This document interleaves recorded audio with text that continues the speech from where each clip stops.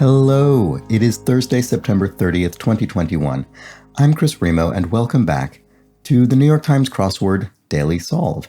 It is a Thursday puzzle, as I always say, the first tricky puzzle of the week, not necessarily the first puzzle that might give you some difficulty, but it's the one that starts to have themes that are a bit stranger, maybe have an unusual mechanic in them, or an unusual topic, that sort of thing.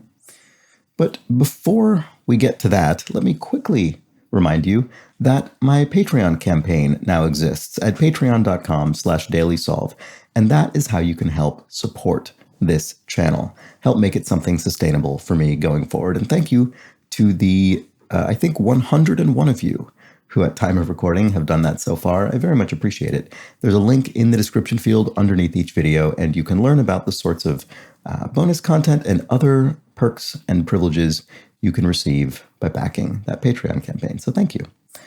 And also, before going on to today's puzzle, I would like to read some comments left on yesterday's Wednesday puzzle. And there were actually quite a few, so I'm going to just read a few of the ones that were not as long. I apologize if you left an interesting comment that I don't read, because there were some interesting comments I won't read.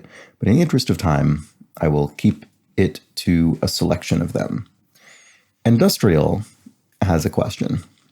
Industrial says, although my first instinct on 10 across was correctly ass, I spent a long time doubting that answer because I was unsure the crossword would call for what appeared to be a vulgar term. I know that being used for the meaning big jerk is maybe less vulgar, but I still wonder as a newcomer, is it generally safe to assume that vulgar answers are off base? Have you seen other regularly used words that might be surprising inclusions? Thanks for the videos and for getting me into crosswords.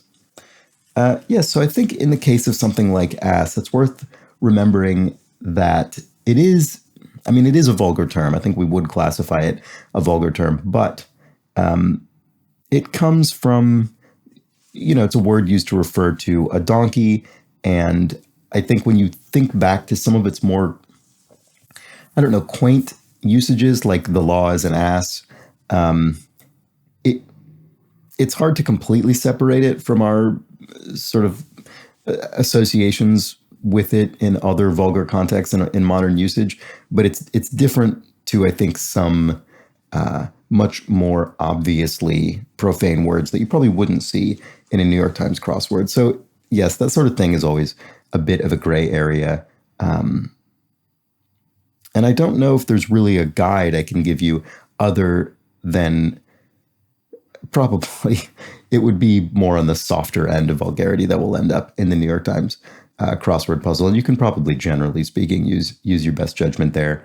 But there will be times when you might be surprised. Okay.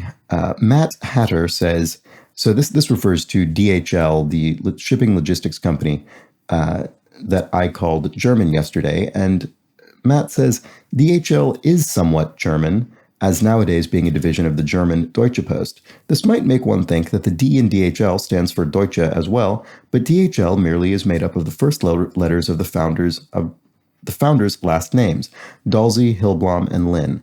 And while it might be German-owned now, it was first founded in San Francisco. And while I was first founded in San Francisco, I didn't know that. So now I do. Thank you. Mark Owens points out that Utah is named after the Ute tribe, which was an answer in the crossword yesterday. That makes 2 days in a row with a clue around the state of Utah. Bice Dibley points out, with respect to yesterday's theme, which tied together words that have opposite meanings depending on the inclusion of a single letter. So have and heave, for instance. And I indicated that probably a number of those words had common etymologies, but I wasn't sure about have and heave. And Bice Dibley says, apparently have and heave do both come from the Proto-Indo-European root for to grasp. So they are etymologically related, but quite some way back. Yes, and Proto-Indo-European is the ancient language that was the root of so many languages we speak today. And I believe it came from the what is now the steppes of the Ukraine. It comes up sometimes on a great podcast I really enjoy called Lexicon Valley, which I would recommend, actually. I've never brought that up on this video series before, but Lexicon Valley is a fun linguistics podcast, very approachable. It doesn't require any kind of education in logistics. If you enjoy language and words and etymology, and not just English, but the host, John McWhorter, covers words from many languages, and it's very, very interesting. And Proto-Indo-European comes up not infrequently. And finally, here's a bit of gentle mockery from Jace Summers in reference to my lack of memory around how Emerald related to the Wizard of Oz. Jace quotes me saying, some sort of castle or town or kingdom or something, and then follows up with, yes, some sort of hovel, hamlet, maybe a county or province, a municipality perhaps. Indeed, it was the Emerald City, and I did not remember that. And it sounds familiar now that I see it and hear it aloud. So, Emerald City from the Wizard of Oz. Okay, great. Let's get on to Thursday's puzzle. This was constructed by Rich Prue. That is a name I've seen before. I don't know if I've seen it, dozens of times, but I've certainly recognized that name as a constructor. And the puzzle was edited, as always, by Will Shorts. So let's get on with it. Ready to get started? Okay.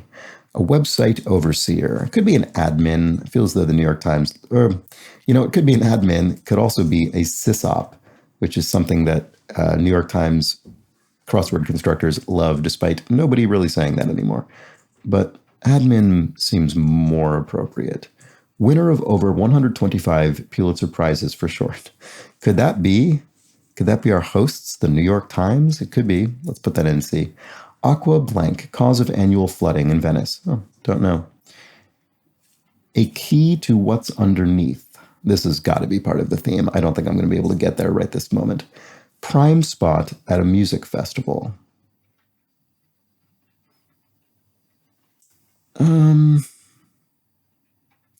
I don't know. Is it something about sort of having a blanket to sit on the grass or something? I don't really know. My parents are going to kill me. I was going to say I am dead, but there's that gonna in there, and that makes me think it would be I'm dead or something like that. But it'd be in order to have a contraction as well, but that doesn't fit, obviously. Let's look at this across. Like soil that combines sand, silt, and clay.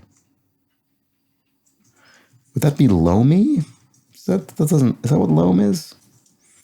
A key to what's underneath, prime spot. My parents are going to kill me. Well, that would fit with I'm here. Sorry, I'm toast. I'm trying to think of something slangy that might be an appropriate match for my parents are going to kill me. Let's check this across with the O. Let's see. A on a timeline. Anno, perhaps, as in Anno Domini, AD, a year. Maybe. I don't know what this annual flooding thing is. A key to what's underneath. Down underneath. Prime spot at a music festival. Oh, main stage. Prime spot for a musician, not for a festival goer. There we go. Birds plus bees equals PR campaign goal. Well, birds twitter. Birds make a Twitter sound. And bees make a buzz sound. So Twitter buzz, PR campaign goal. That's something that PR, public relations, might want to achieve. So maybe this is part of the theme. Maybe this isn't part of the theme. Or maybe it still is, but maybe it's just a punny thing that's unrelated. So Twitter buzz. So that would be very helpful if I got that now, because we've got some unusual letters. Even the B is sort of unusual. Many flash drives familiarly. Okay, USBs. School in Baton Rouge. Baton Rouge is in Louisiana, so this could be Louisiana State University. It's worth bearing in mind that, well, it's probably pretty obvious that many schools, when you see the SCH, obviously that's a school, often you're going to get a U in there. It could be at the beginning or the end of the initialism. But also in an American context, often schools will have an S in them for state. I mean, obviously not always. Many schools are not state schools, but many are. And so if you don't know, think, well, maybe there's a U in there. There might be an S in there. Try it out with your crosses and see how it works. Okay, so AAA part, abbreviation. Association, I assume this is. Is that TN? Oh, no, it would be ASSOC, association, right. A four-letter acronym for association would be ASSN, I think. But association. Actually, funny thing about abbreviating the word association. The word soccer, which is a term for football, non-American football, is often derided as an Americanism, but in fact, it is a Britishism. It derives from the word association for association football, and it's from the SOC in association, which I must say that is an abbreviation only the British could have invented. There is no way Americans could have possibly turned association into soccer. It's just not the sort of way that works in American English. But spend enough time in the UK, and that sort of thing makes more sense. Okay, Bobby who sang Mac the Knife. Probably Bobby Darin, a member of the Rat Pack associated with Frank Sinatra. Rat Pack will come up in crosswords sometimes. Ingratiate oneself with. Cozy up to? Yeah, cozy up to. That looks right. Whoa, this is... Oh, skin malady is eczema. And so what do we have here? We didn't even look at this. Spanish for sweet, dolce, that looks right. Put down, to put someone down could be to diss them. And then here we have copyright. That looks like a clever way of getting at it, to write the copy of something, but not write as in write with a pen, write as in correct. This selected text is driving me crazy. Okay. Neat analogy. Well, analogy looks like as in something. Neat analogy as... Oh, no, sorry. Neat as a pin? Is that a phrase? Neat as a pin? That sort of sounds familiar, but I'm going to leave that until I have crosses, just in case. A key to what's underneath. Down answer? Down painter's kit. Something set. A kit could be a set. What is a painter's kit? What does a painter have a kit of that is 3 letters and ends with a T? Not sure. PO'd could be irate, very angry. A colleague could be a peer, so that is neat as a pen. All right, that does sound basically right to me. Response to a doubter. Yes, but, yes. Yeah, we'll wait and see. Lightsaber plus impatient fingers equals boring. So, yeah, so I didn't really unpack this theme. So it looks like what's going on here, especially after seeing this one, is that we've got two sounds, two sort of,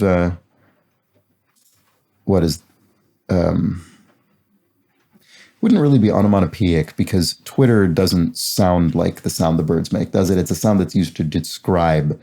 It's a sound that's used to refer to the sound the birds make.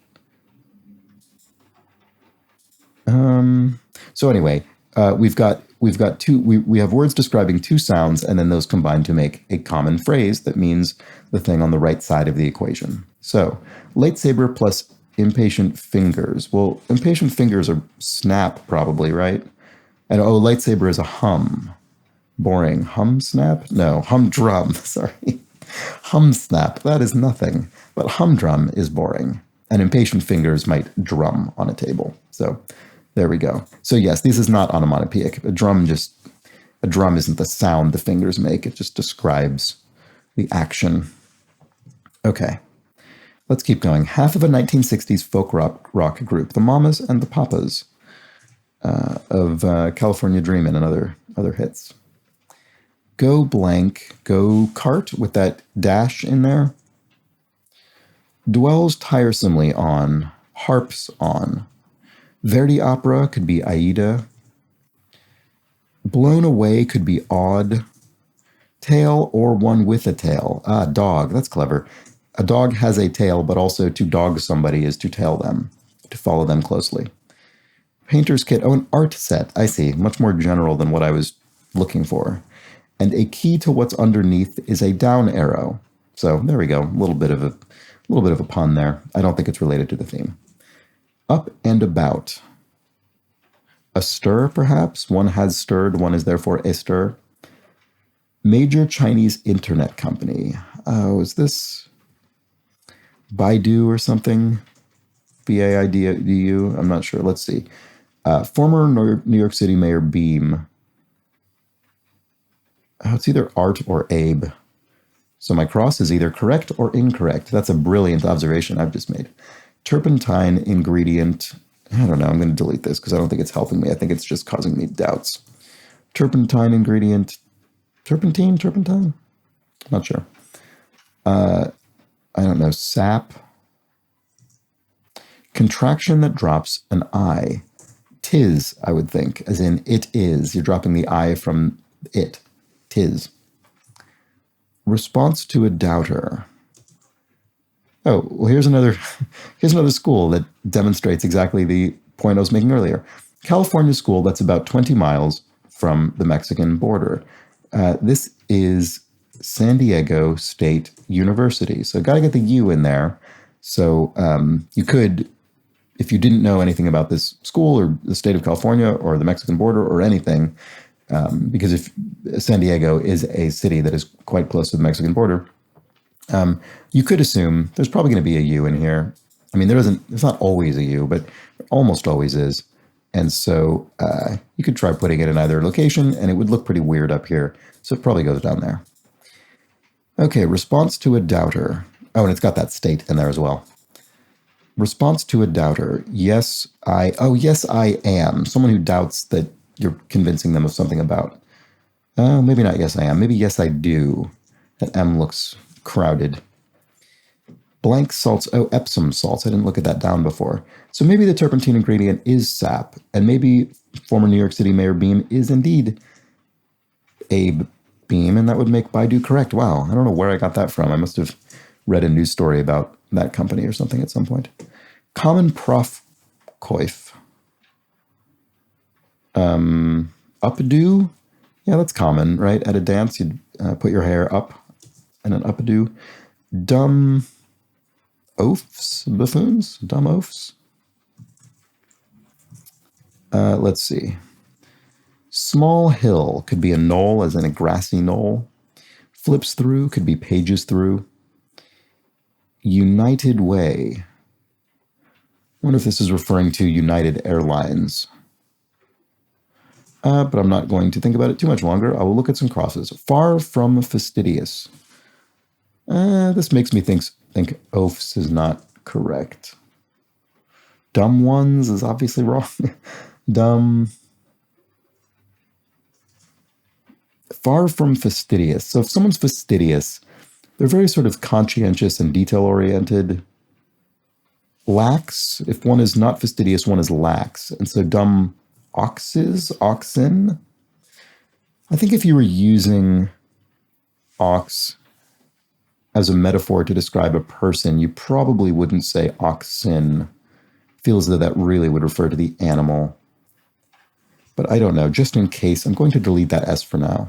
Oh, no, never mind. I'm going to put it back because this is buenas noches. Is it buenas or buenos? Is it masculine or feminine? I actually don't know. It looks like, that looks like a masculine noun to me. So let's try it. Worker searching, nope, it's not. Worker searching for patterns in the statistical noise is a data miner, I would think. United Way. Plane something. It probably is the airline. Let's just look around for now. Cell phone plus bubble equals edible accessory. So a cell phone rings and a bubble pops. We have a ring pop. A ring that you can wear and eat. Okay, fictional business on TV, frequently targeted by prank calls. This must be Moe's, the bar from The Simpsons. There was once, I think a few months ago at this point, I didn't get a Simpsons, there was some Simpsons reference I think I didn't know at all. And so since then I have to be very fastidious about these Simpsons references. Make sure I get those. Shopkeepers, sorry, none left. I'm all out. Decant is to pour, as in wine. To hold forth, to orate, to lecture, to give a speech. Pregnancy hormone. Oh, not sure offhand. Apollo Theater's locale would be Harlem, New York. Great relief. Not sure. Let's go back up to the last down, or sorry, the first down that's not yet solved. Place to live and learn.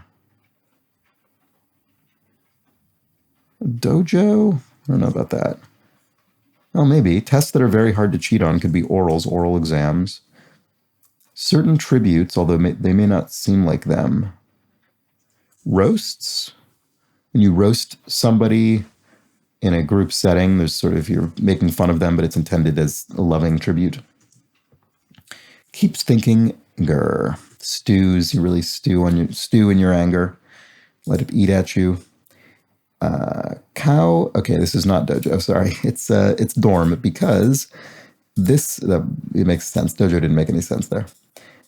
Cow plus thunder. So a cow, actually I don't know what cow is, but thunder is roll. So that makes this dorm. So what is a cow?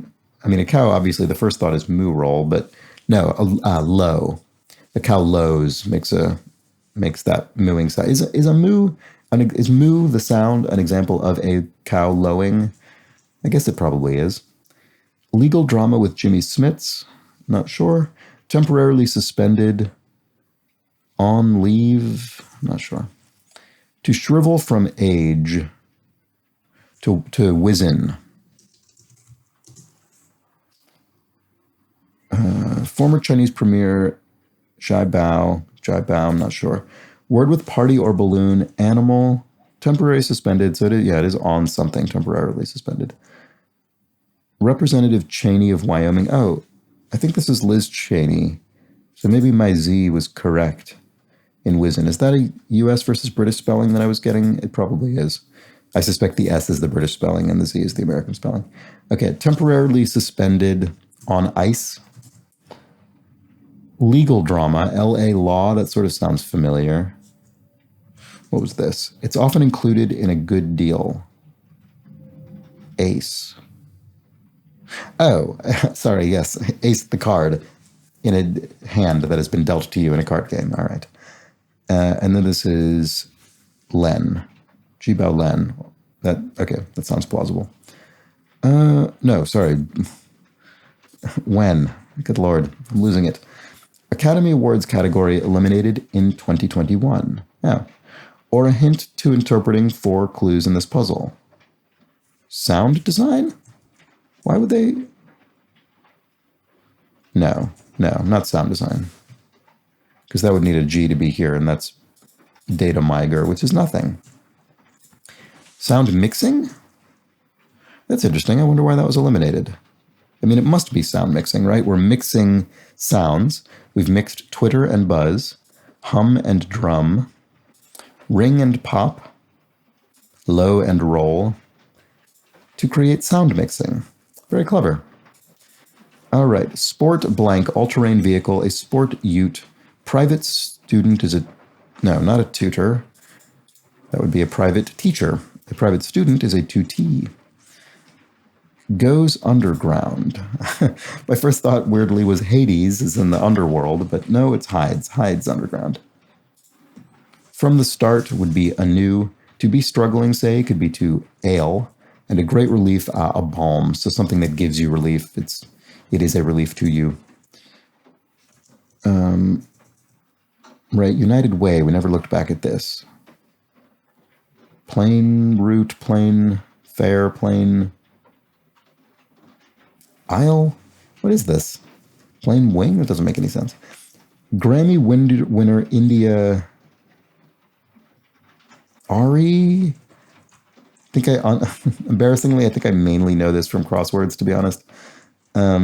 Performer's Grand Slam in modern parlance. So this would be an EGOT. That's the acronym for someone who's won an Emmy, a Grammy, an Oscar, and a Tony, of whom I think only a few people have. Mel Brooks, for instance. All right. Hagar the Horrible's Pooch. That's a cartoon character. I don't remember offhand. Watch It.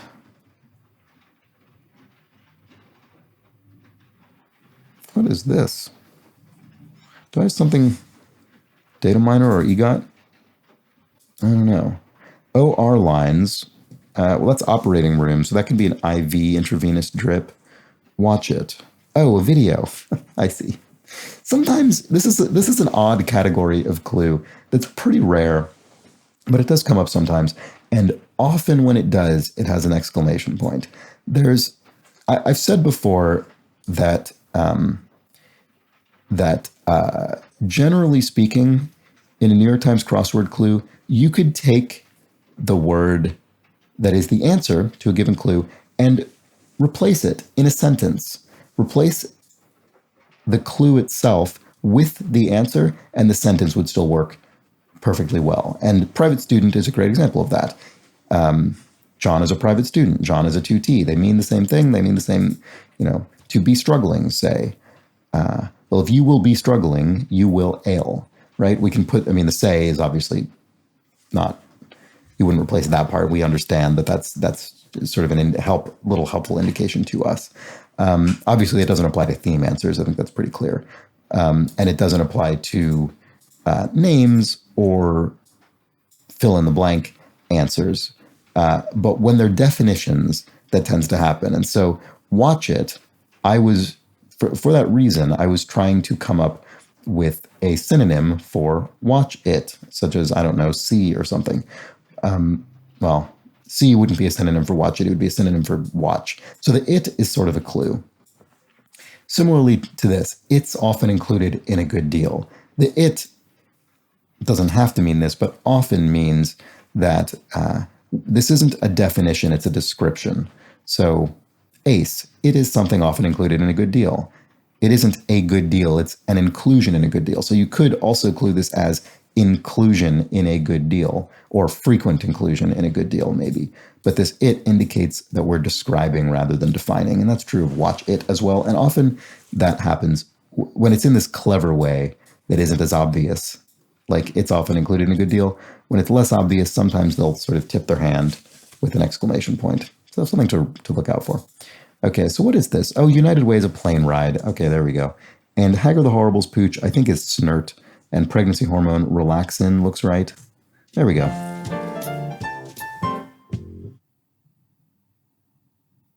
All right. So exactly as I said earlier, that when I say Thursday is the first tricky puzzle, what I mean by that is it often has an unusual gimmick or mechanic or a theme with a sort of, somewhat a topic that's a bit farther afield. And I would say that held true today with our sound mixing as described in our revealer here in the lower section of the acrosses on the eastern, tending towards the eastern side of the grid, as predicted by Lyell's law. That is indeed what we got. We got sound mixing, a theme that mixes two sounds together in each theme clue, which I already did run through, so I don't need to do that again, each example. I'd be very curious to know how people found this one, because in a way, this was, I would say, not necessarily the most difficult puzzle for a Thursday in terms of pure challenge, but it's just hard for me to infer how difficult it would be to arrive at this theme, because I did get it relatively early on, but I sort of lucked out because I had enough crosses here that it was not very difficult to match up birds to Twitter, the sound that birds make and for which the social media service is named. I don't know if it would be, if I had solved in a different order or gotten fewer crosses there, it might have been more difficult. It's hard to know. So please do let me know. I'm curious. Because like I say, it's not as though there was a lot in this puzzle that I think was sort of legendarily difficult, but it was a different kind, the themes were of a different sort. There were a number of names, like Liz and Abe. There were actually two universities, SDSU and LSU. And there were some pop culture references, Mamas and the Papas, for instance. This Snert, fairly obscure cultural reference, I would think. So yeah, it was sort of an unusual puzzle and hard for me to really peg the difficulty, and probably one of those ones where the difficulty really does depend. It's, not unambiguously challenging, but it's going to really depend on the person in question. We've got Aida, another cultural reference there. Oh, and then this Aqua Alta, I never looked back at that. This is something I'm not familiar with. Cause of annual flooding. So is that some kind of tidal thing? I mean, that means what? High water, basically, I guess? Yeah, I don't know. I'll have to look that up. That's interesting. So do let me know how you fared with this puzzle. I hope you enjoyed it. It was sort of a fun one, kind of a wacky theme, which again, I think is what we look for on a Thursday. I think Thursday puzzles in general are divisive. Some people really don't like them because they do get sort of wacky. I think they maybe break with the idea of what some people have about a New York Times crossword puzzle. But I thought this was fun. Let me know in the comments. I'm sure you will, and I look forward to it. And please feel free to inform me about anything such as Aqua Alta. I'm happy to learn about those things, always. So, yes, I hope you enjoyed not only the puzzle, but the video as well. And if you did, and if you're not subscribed, please subscribe. You should subscribe to this channel. We have something, I think, I don't know, around 3,500 subscribers now, which seems pretty good to me, but obviously could be a lot higher. So why not help out with that? Tick it up by one. And if you really want to help directly support this channel and its ongoing sustainability, like I said at the beginning of the puzzle, if you head over to the Patreon campaign at patreon.com/dailysolve, you can get some bonus content. Right now there are 2 speed runs of weeks of mini puzzles, as well as the September monthly bonus New York Times puzzle. And there will be a new month ticking over tomorrow, right? Is it this the end of the month? And therefore, there will be a new New York Times monthly bonus puzzle. I assume that comes out on the first of each month. I don't actually know, but I will be solving that soon for the Patreon channel. And I also have a couple other ideas of bonus content that I would like to record for October. So head on over there and check that out if you're interested. There's also, of course, the recognition that comes for some folks who have made particularly generous contributions to the Patreon. And if you are one of those, you can be recognized at the end of these videos. And today, in keeping with that, I would like to personally thank Stephanie Fredericks and, as always, the excellent Hood Monster. So thank you so much to everybody who has backed the Patreon, but also everyone who's watched the video. Thank you for watching the video. Thanks for sticking around to the end of it like this, if you have. And also, thanks if you intend to come back tomorrow for the Friday puzzle, which might be less wacky than this puzzle, but probably a shade more difficult. And I look forward to it. I hope you do as well. But until that point, please do have an excellent rest of your Thursday. Take care.